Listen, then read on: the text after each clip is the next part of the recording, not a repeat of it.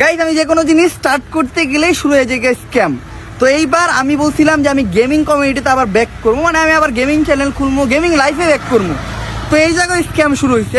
Free ফায়ারে আবারও back করার পূর্বেই ওমর ফায়ারের সাথে আরো বড় ধরনের একটি স্ক্যামের ঘটনা ঘটেছে। ঘটনাটি কি সেটা অবশ্যই আপনাদেরকে জানাবো। তবে সর্বপ্রথম তিনি যখন লাইভ স্ট্রিমের ভিতরে বলেছিলেন তিনি গেমে ব্যাক করবেন, ইউটিউবে ব্যাক করবেন, তখন কিন্তু তিনি কোনো ধরনের চ্যানেলের নাম বলেন নাই। কারণ তিনি যদি চ্যানেলের নাম বলেন তাহলে হাজার হাজার চ্যানেল খোলা হবে ইউটিউব চ্যানেলে, ইউটিউবে, ফেসবুকে পেজ, গেমিং পেজ, দেন গেমিং চ্যানেল একসাথে গ্রোথ করবো। আমি নাম বলতেছি না, নাম যদি এখন বলি কালকে ইউটিউবে চ্যানেল খুলে বইরা ফেলাইবো।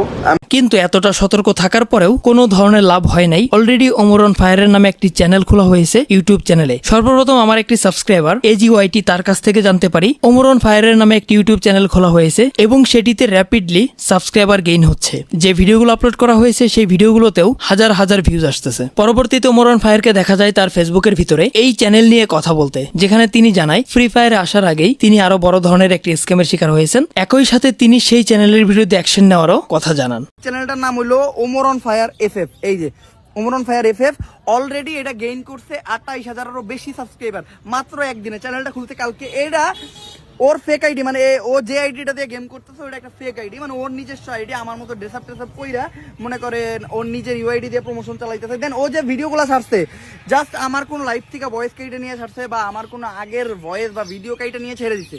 আরেকটা জিনিস দেখাই, সবচেয়ে যে জিনিসটা আমার কাছে বেশি খারাপ লাগছে সেটা হলো এই দেন কম দামে ডায়মন্ড টপ আপ। মানে ও ডায়মন্ড টপ আপের ব্যবসা শুরু করছে। মানে আমি ওমর ও আমার জায়গাটা নিয়ে কম দামে ডায়মন্ড টপ আপের ব্যবসা শুরু করতে নাম্বার দিয়ে দিছে। ওর নাম্বার দিয়ে আমি জিডি করবো বা মামলা করবো। আর এই যে নাম্বার আছে না, এই নাম্বার দিয়ে ওর 9 নক্ষত্র বাই করা যাবো। এই নাম্বারটা কার নামে, কে এই নাম্বারটা খুঁজতে কি করে, সে ওর কি লাগে সব বাই করা যাবো। এই সবই আমি করবো, ঠিক আছে।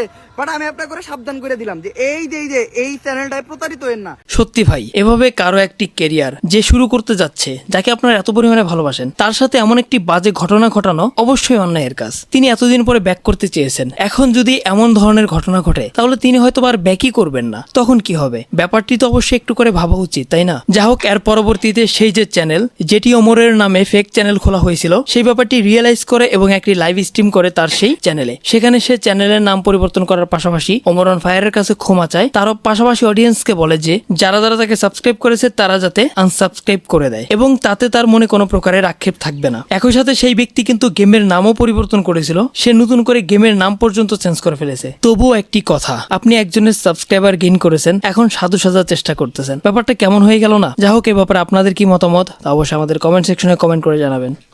এন্ড এখন আমাদের পরবর্তী টপিকটা হচ্ছে তৌহিদুদ্দিন আফ্রিদি থেকে। আপনারা কি জানেন তৌহিদ আফ্রিদির একটি গেমিং চ্যানেল ছিল? তিনি অনেক আগে একটি গেমিং চ্যানেল খুলেছিলেন, সেখানে ভালোই পরিমাণে সাবস্ক্রাইবার রয়েছে, কিন্তু 1 থেকে 1.5 বছর ধরে তিনি কোনো প্রকারের গেমিং কিংবা লাইভ স্ট্রিম করেন না। কারণ তার অনেক কিছু রয়েছে, অনেক কিছু নিয়ে তিনি ব্যস্ত থাকেন। তবে অ্যাপোলো গেমিং এর সাথে তিনি যখন লাইভ স্ট্রিম করলেন তখন তিনি তার সেই গেমিং চ্যানেল আবারও রিভিল করেন, যা অলরেডি আপনারা আমাদের ব্যাকগ্রাউন্ডে দেখতেই পাচ্ছেন। অ্যাপোলো গেমিং এর সাথে যখন তিনি লাইভ করেন তখন তিনি মূলত জানান তিনি তার সেই পেজের ভিতরে আবারও কন্টিনিউ করবেন, আবারও গেম প্লে করবেন। সেজন্যই মূলত এটি আপনাদের সকলের সামনে রিভিল করি নাই। আমি চাচ্ছিলাম তিনি যখন কন্টিনিউ করবেন তখনই আপনাদেরকে জানানোর জন্য, কিন্তু তিনি এখনো পর্যন্ত সেটি করেন নাই, অর্থাৎ তিনি আর কন্টিনিউ করেন নাই। হয়তো নানা ধরনের ব্যস্ততা অবশ্যই থাকবে। তবে আপনারা যদি ইন্টারেস্টেড হন তাহলে আমাদের ডিসক্রিপশন বক্সে তার সেই পেজের লিঙ্কটিকে পেয়ে যাবেন। অ্যান্ড এখন আমরা একটি অ্যাচিভমেন্টের জন্য কংগ্রাচুলেশন জানাতে চাচ্ছি অ্যাডভান্স পোলাপাইনকে। রিসেন্টলি তিনি তার ইউটিউব চ্যানেলে 50,000 সাবস্ক্রাইবার কমপ্লিট করেন। Many congratulation to you advance পোলাপাইন। প্রায় 1 সপ্তাহ পরে যখন অ্যাডভান্স গেমিং প্রথমবারের মতো একটি ভিডিও আপলোড করলেন, সেই ভিডিওটি ছিল এলিয়ান জিনকে নিয়ে। আপনারা অবশ্যই জানেন এটি অবশ্যই পুরনো একটি টপিক। অ্যাডভান্স গেমিং তার চ্যানেলে এই টাইপের একটি ভিডিও আপলোড করবেন বলেছিলেন, কিন্তু তার চ্যানেলের সমস্যার জন্য তিনি সেটি করতে পারেন নাই। ব্যাক করার পরেই তিনি সর্বপ্রথম এলিয়ান জিনকে নিয়ে একটি ভিডিও আপলোড করেন। অতঃপর এলিয়ান জিনকে নিয়ে আরো একটি ভিডিও আপলোড করতে দেখা যায়, যে ভিডিওটিতে তিনি এলিয়ান জিনের পক্ষে কথা বলেছিলেন। কেন? কারণ আপনাদেরকে অবশ্যই জানিয়েছিলাম অ্যাডভান্স গেমিং এর যখন চ্যানেলে গাইডলাইন স্ট্রাইক গুলো আসে তখন এলিয়ান জিনও কিন্তু অ্যাডভান্স গেমিং কে সাপোর্ট করেছিল। এই জন্য যদিও এলিয়ান জিন হেড খেয়েছিল তারপরেও তিনি সাপোর্ট করেছিলেন এবং অ্যাডভান্স গেমিং কে পূর্ণ সমর্থন দেওয়ার চেষ্টা করেছিলেন। যদিও অডিয়েন্স মনে করে অ্যাডভান্স গেমিং থেকে সিম্পেথি নেওয়ার জন্য এমন একটি কাজ করেছিল এলিয়ান জিন, একই ব্যাপারটি বিশ্বাস করেন অ্যাডভান্স গেমিং। তারও পাশাপাশি তিনি এটিও তার ভিডিওতে বলেন যে যেহেতু লোকটি বিপদের সময় তার পাশে ছিল, তাই তাকে নিয়ে খারাপ কিছু বলার নেই, তাকে অবশ্যই সম্মান দিতে হবে, তাকে অবশ্যই ভালো বলতেই হবে। সাপোর্ট কে আসলে মন থেকে দিছে? আমি যদি বলি জি না, মন থেকে দেই নাই। অ্যাডভান্স গেমিং কে হেড দিয়ে ভিউজ পাইছে, কারণ কমেন্টে ফ্রিতে আসতে বহু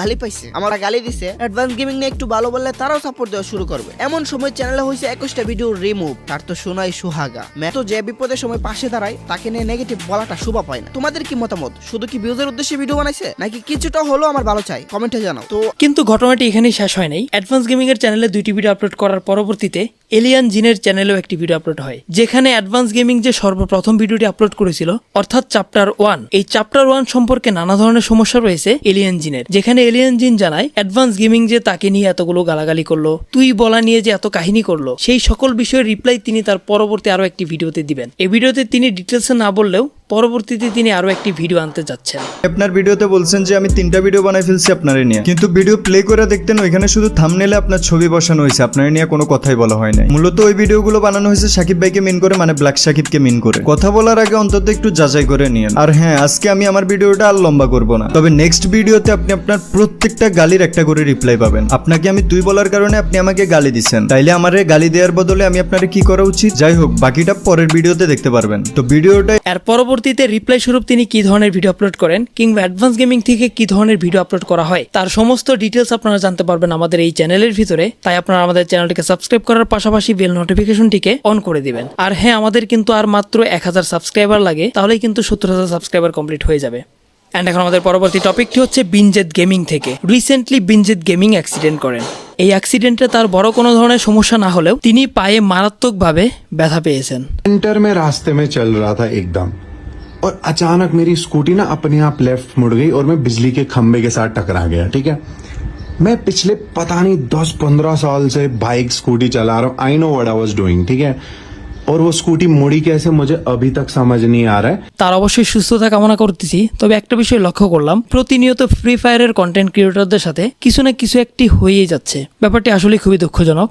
একের পর এক ক্রিয়েটর, জ্ঞান গেমিং, তারপরে ব্যাজ 99, এখন বিনজেদ গেমিং, এভাবে প্রতিনিয়ত ফ্রি ফায়ার ইন্ডিয়ান কন্টেন্ট ক্রিয়েটরদের সাথে নানা ধরনের ঘটনা ঘটেই যাচ্ছে। ব্যাপারটি কি করতেছে সেটি অবশ্যই বুঝতে পারতেছি না, কিন্তু একটিই চাওয়া থাকবে, সেটি হচ্ছে এই সকল ঘটনা যাতে আর কারোর সাথে না ঘটে।